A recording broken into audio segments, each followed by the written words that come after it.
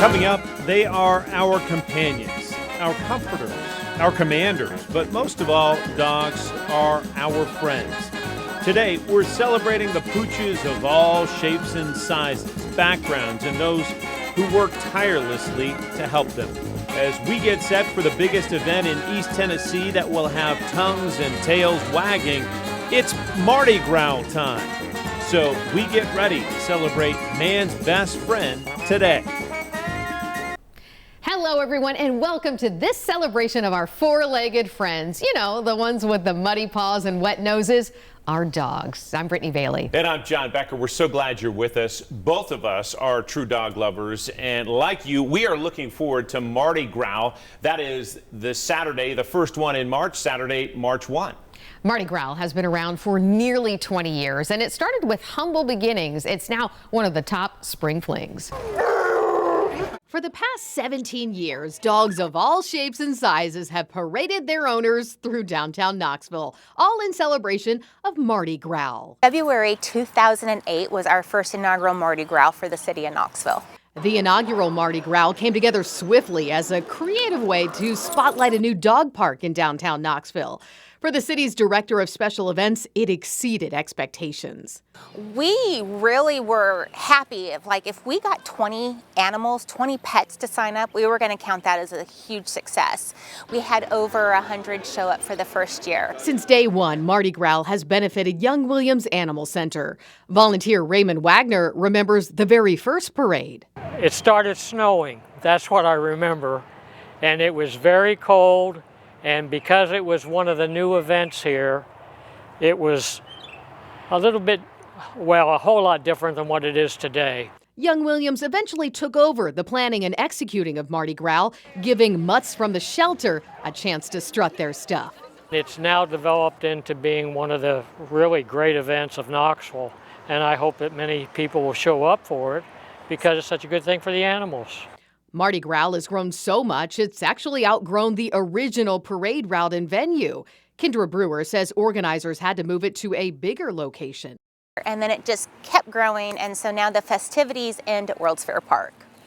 Original volunteer Raymond Wagner has gone on to work Mardi Growl, from driving the Grand Marshal to being the Grand Marshal. I was very proud to do it because being the Grand Marshal was a lot of fun. Going over to World's Fair Park was wonderful because it was much bigger and it drew a much bigger crowd. And today it's growing into being I think, one of the best events in Knoxville. And there may not be a king cake at this Mardi Gras party, but there is absolutely the chance to see man's best friend parading proudly for everyone to see. Mardi Growl kicks off March 1st at 11 a.m. with the parade, and leading the way will be this year's Grand Marshal, Franklin, a beautiful Cavalier King Charles Spaniel. There's no question that Franklin is cute. Just look at that face. But he's also tough. He was brought to the Cavalier Rescue Trust here in Tennessee and into the home of Teresa Goddard Rocco, who eventually adopted him. Franklin's dad won an auction for Franklin to be the Grand Marshal. Well, he was in a group of over 40 dogs that were rescued in the summer, and we suspect he was outside a lot. He was afraid to be outside. He would duck anytime there was a shadow, afraid something was going to get him. He stayed in his crate a lot. Now he's very vocal, and he's a member of the family and very happy. Franklin's face will also be featured on the 2025 Mardi Growl t-shirts. The 18th annual Mardi Growl is on Saturday, March 1st. It starts with a parade at 11 and marches from the Old City in downtown Knoxville to World's Fair Park, where we will see a huge dog-friendly festival. It's free, but there is a $15 per pet charge if you'd like to register your pet for the parade. For most of us, our pets bring us joy year-round. They are like family, Brittany. And thanks to one local group, dogs that would normally not have a forever home can get a new leash on life. This may look like an average group of dogs, but each of these precious pups has overcome a rough start. We specialize in seniors and special needs dogs. The Knox Vintage Pet Project works to foster and find homes for dogs that are typically overlooked. Ashley Schneider says the project has been around for about 3 years now. I find the dogs that we're going to adopt out. I bring them in, I find a foster home, I arrange their vetting, I pay for their vetting, and then we find adopters for them. Knox Vintage Pet Project is run entirely by volunteers who take in the dogs and then work with them to make sure they're ready to go to a forever home. I love you. For foster parents Misty Clinton and Camilla Mechikoff, the chance to provide transitional homes is a chance to make a difference for a dog that only wants to be loved. Fostering gives many dogs chances at a new life, and it really gives people a chance to know who is this dog and what do they need to thrive in their life. It can be very difficult. I'm learning now with doing a few of them that I have a purpose in just keeping them for a little bit, and then they are finding a better home. Jessie Wacker fosters adult pups with special needs and those that might be reaching the end of life. I know a lot of people are like, oh, I could never do that, but the alternative is a sick dog passing away in a shelter, and to me that's worth it. You never know how long you have them for, but you know you can spoil them for the rest of the time that they have. All of the foster parents say it can be hard to foster a pup and then say goodbye, but the rewards are worth it. You are saving a life immediately. You're saving the life of the dog that you're taking, and then you're making that space in the shelter for another dog. The love. They are full of love and joy and the most caring beings. And for the Pet Rescue's director, it's a chance to give vintage pets another chance to shine. I would miss it. I would not feel fulfilled without doing it. Losing a pet can be a painful experience, and that grief can affect us in a variety of different ways. But here in East Tennessee, one pet owner is offering a path toward healing. So this is Mia, and this is Nomar. Mia and Nomar are always with Scott Colby, if not on his feet, forever in his heart. When Nomar and Mia passed away just a year ago, I was grieving, I was knocked down, I was depressed. It was hard to move on and go about my life. I decided to maybe turn that around a little bit and think about how can I celebrate their lives in a more meaningful way. For Colby, that meaning is found in nature. Each stroll through the fresh air is a step. Smokey is just a rock star across our community in East Tennessee, and these are some of our rock stars. This is little Fritz, this is Bergen, and we just recently lost Tipper. She used to come to the station and lay right here. It's been a tough few days, Brittany, but I know that Gabby is the love of your life. Yeah, sweet, sweet Tipper. This is sweet, sweet Gabby. She's 3 years old, an Australian Shepherd, and she loves to get out and about. That tongue is always out. And this is when we were out in the Old City recently and just having a fun day out. She's great. She is awesome. And we've been lucky enough to share East Tennessee with lots of dogs. Savannah, Boomer, Lulu, Angus. They have really shown us the area that we live in and love so much. And these guys have proven that as well. We know that for humans, grief can be overwhelming when we lose a loved one. At one local funeral home, comfort comes in the form of 4 paws. Riley is a Labradoodle with a special gift for sensing human emotions and is helping families through some of their hardest days. I really just wanted to do something that impacted people, made me feel better, and gave back to the community. Coming up, some expert advice on how to get the best picture of your pet, whether you're at Mardi Gras or in a park or maybe at home. And as we go to break, here are some of our favorite memories from past Mardi Gras events.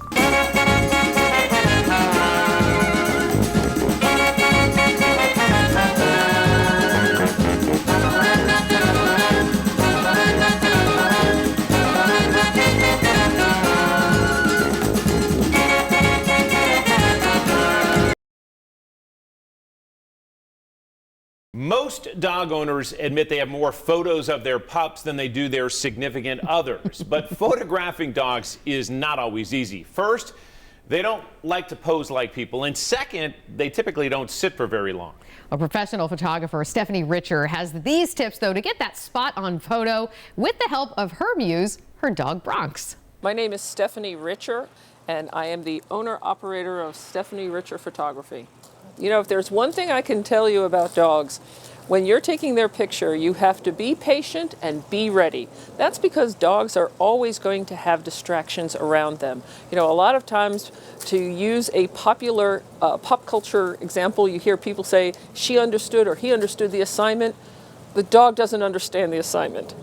All right, they don't know that you're trying to get that perfect picture. So if you take them to a place like a park, for example, there are people, there are other dogs, there's squirrels, there's chipmunks. These are all distractions that's going to make it harder for you. In fact, I imagine a lot of people get frustrated because they go to take a picture of their dog and the dog won't lift its head. Again, they're dogs. They want to smell everything, so they're always going to have their nose to the ground. That's why it makes sense to first bring your dog to the area and let him or her get used to the setting that you're going to have them have their picture taken in. Bronx, no. So if you haven't already, something that will make life and picture taking a lot easier is to get some training for your dog. Some basic commands like sit, stay, down will allow you to pose the dog, yep, just like he's going down, and get you a great picture. First of all, ask permission of the owner, because of course a lot of people consider their dogs to be like their children, and that's something you should do even if it were a child there, a human child. The second thing I would do is I would also look around and I would see where's the best light. Putting the dog in direct sun probably isn't going to be the best light. If there is no shade to put the dog in, I would look for a position that is has some backlight on the dog. And the third thing, and this is probably the most important, is try to get at the dog's eye level, if not slightly below. We have seen so many pictures, and this also applies to human children as well, where somebody is standing over the dog or over the child and taking a picture. It's cute, but if you really want a good picture, I would get to the dog's eye level. So if it's a small dog and you don't want to get down on the ground, put it on something. So if you're looking for a picture you can go ahead and take today at your home with your cell phone, let me suggest this. Open up a doorway in your house that is exterior facing. Make sure there's no direct sunlight on it, and place your dog just on the threshold of the door and back up a little. Then take the picture. The light from the open sky is going to nicely illuminate your dog, and even better is that the light's going to fall off as it goes into your house, so if your house isn't clean, nobody's going to see it, and you're going to get a great picture of your dog. Many dog owners look to train their dogs to understand commands, maybe sit or stay. But if you're looking to get your dog to obey, you may want to consider positive reinforcement. Sharon Short is a dog trainer at Zoom Room, Hardin Valley. She says every dog has its own personality, and you need to socialize your dog as well as you can. People want to have a dog that they can take out in public. Maybe they like to hike, maybe they like to go to restaurants, and there's some basics that they want their dogs to know so that they can be taken out in public and enjoy everything, you know, together with their owner. Zoom Room Hardin Valley is the presenting sponsor for Mardi Growl and will be there Saturday for the parade. A dog that was once stuck in a local shelter is now making a difference in the lives of first responders. It's all thanks to a Knoxville police chaplain. Here is anchor Shay Smith with that story. Captain Gerald King served with the Knoxville Police Department for almost 30 years, and while some know him as Captain, many know him as Chaplain. In his retirement, Captain King was one of the original chaplains who started KPD's Chaplain Corps in 1994. One is to be here for the officers and their families and any support staff here that's affiliated with the department. Also for the community in crisis. For the past 31 years, he has continued to volunteer with KPD as chaplain.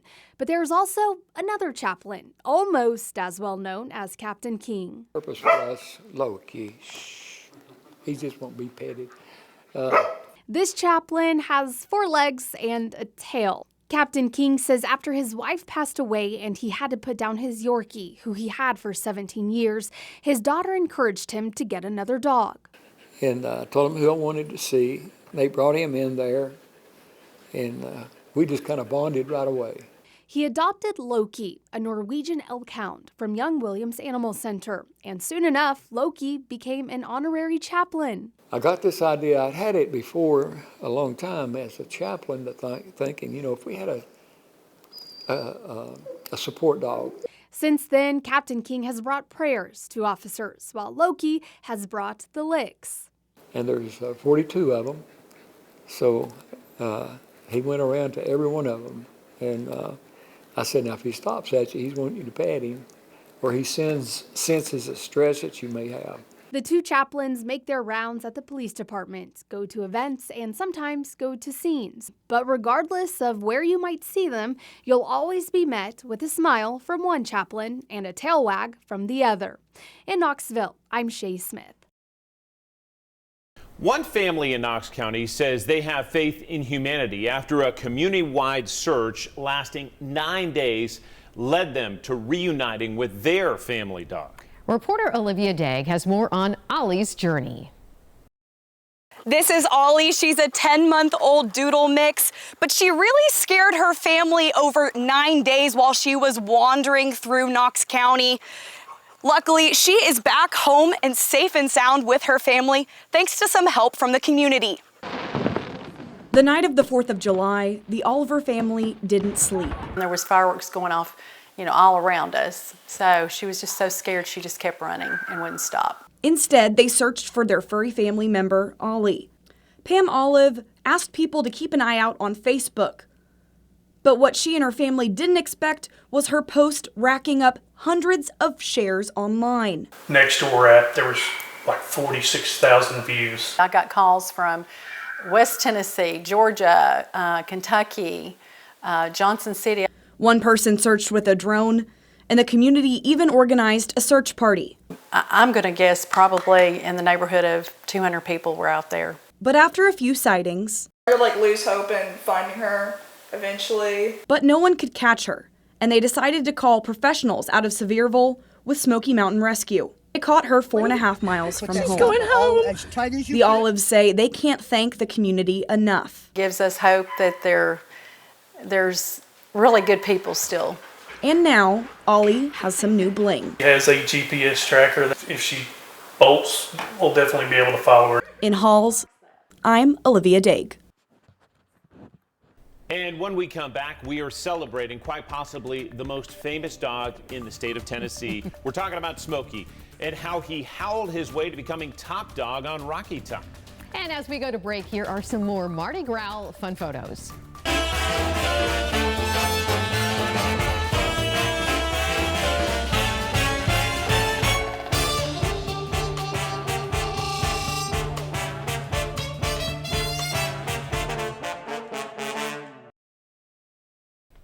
No doubt about it, the title of East Tennessee's top dog has to go to a blue tick coonhound named Smokey. Without a doubt, for generations, Smokey has cheered on the beloved Vols from the sidelines, and anchor Beth Haynes looks back at his remarkable journey.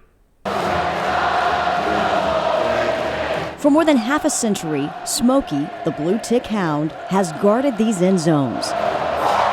It's a Rocky Top tradition that began in 1953 with a hunting dog. Bill Brooks, my uncle, had him for quite a while. That's where Smokey started. Brooks' brother-in-law, Earl Hudson, took the reins in '94. When Dad got them, they stayed in the house. Smokies would sit and watch TV with you. Now 9 blue ticks later, Charles and Cindy Hudson are second-generation Smokey owners. We consider it an honor and a privilege. And so do their kids, Catherine and Sam. He's still going through puberty. But finding Smokey 10 was no easy task. You see, the original Smokey bloodline, ironically in South Carolina, ran out, and Smokey 9 was battling an ACL injury. So here we were, stuck with a situation of where are we going? They were determined, anywhere but out of state. And so Charles and myself also really wanted it to be a Tennessee blue tick, born and raised. Luckily, 200 miles away in Shelbyville, Tennessee, Wendy Davis's hobby, I know my blue ticks, was growing. but that's him. That's Pokey Joe. That's the big man on campus here. And I got a call from Cindy Hudson, and it was just like so thrilling, so thrilling. I think I can help you out. Davis was tasked with picking Smokey 10. When Smokey 10 was 2 months old, he was 26 pounds. Made my job easy. That's Smokey. Hey, Joe. Come here, big baby. You're a good boy, aren't you? Smokey 10 gets his size from his daddy, 90-pounder Pokey Joe, but his howl, that infamous blue tick bawl, a little bit, is courtesy of Mom. Yes, little Lucy Lulu. So the biggest dog I have and the smallest dog I have made Smokey. But growing into the mighty mascot collar, there's a lot to be asked of a celebrity dog. Has taken a little time for Smokey 10. We brought him home, and all he wanted to do was cuddle and be held. So he's a lover, not a fighter. They've always treated him like a baby, you know. He needs to be he's a male. He needs to be more of a man, I guess. It's very difficult to call him 10 because he's still our baby. Inside Neyland Stadium, Smokey 10 is finding his bark. He would like to think he's the king of Neyland Stadium, I guess. But not so much bite.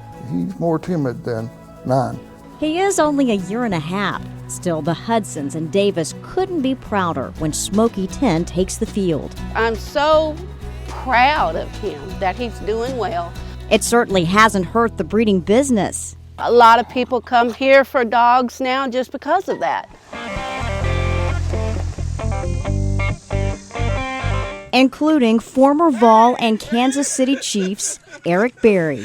My very own little Smokey. Hey, buddy! Mr. Berry was just so humbled and so surprised, and I mean, he was crying. That's all right. That's all right. Y'all done made my year now. I don't even want anything for Christmas. In addition to Smokey 10's siblings, Davis will soon have his offspring. First ever little Smokies. Goodnight Gracie is Smokey 10's mate for life, and she is due any day. You're gonna have the only real little Smokies alive. The beginning of a new Tennessee tradition.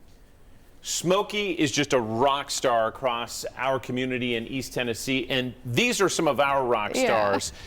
This is little Fritz, this is Bergen, and we just recently lost Tipper. She used to come to the station and lay right here. It's been a tough few days, Brittany, but I know that Gabby is the love of your life. Yeah, sweet, sweet Tipper. This is sweet, sweet Gabby. She's 3 years old, an Australian Shepherd, and she loves to get out and about. That tongue is always out. And this is when we were out in the Old City recently and just having a fun day out. She's great. She is awesome. And we've been lucky enough to share East Tennessee with lots of dogs. Savannah, Boomer, Lulu, Angus. They have really shown us the area that we live in and love so much. And these guys have proven that as well. We know that for humans, grief can be overwhelming when we lose a loved one. At one local funeral home, comfort comes in the form of 4 paws. Riley is a Labradoodle with a special gift for sensing human emotions and is helping families through some of their hardest days. Minot Funeral Home. At the Minot Funeral Home's Halls location, you're greeted with a big hug at the door, but not from a person.